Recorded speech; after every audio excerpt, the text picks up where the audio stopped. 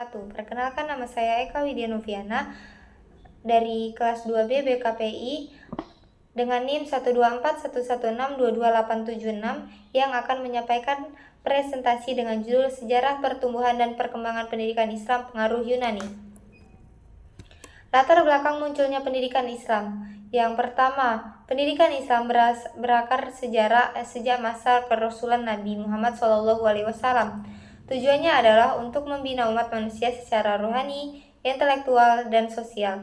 Pada masa itu, proses pendidikan dilakukan di rumah, masjid, atau tempat-tempat terbuka dengan metode yang sederhana.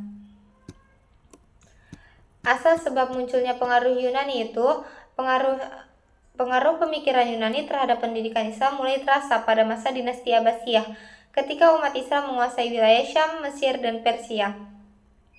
Mereka menemukan warisan intelektual Yunani dalam bentuk manuskrip filsafat dan ilmu pengetahuan. Metodologi pendidikan Islam yang terpengaruh dari Yunani itu, setelah pengaruh Yunani masuk, metode berpikir dalam pendidikan Islam mengalami transformasi kaum cendekiawan Muslim dan mulai menggunakan logika, dialektika, dan metode pembuktian rasional. Media pendidikan Islam pada awalnya adalah masjid, tempat ibadah yang juga berfungsi sebagai pusat pendidikan dan pembelajaran.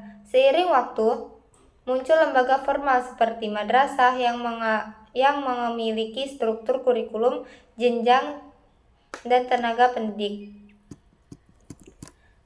Materi-materi pendidikan Islam berkembang dari semula berfokus pada Al-Quran, hadis, fikih, dan akidah menjadi lebih luas dengan masuknya ilmu rasional seperti logika, filsafat, astronomi, dan matematika.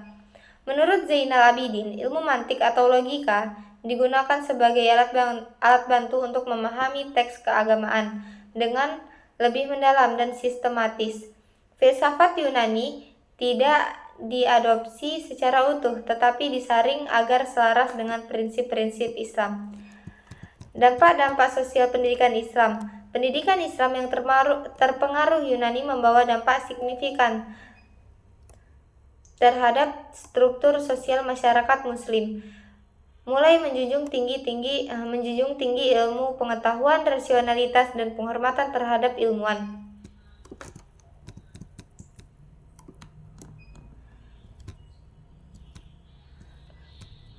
Dampak politik pendidikan Islam juga memberikan dampak pada tataran politik.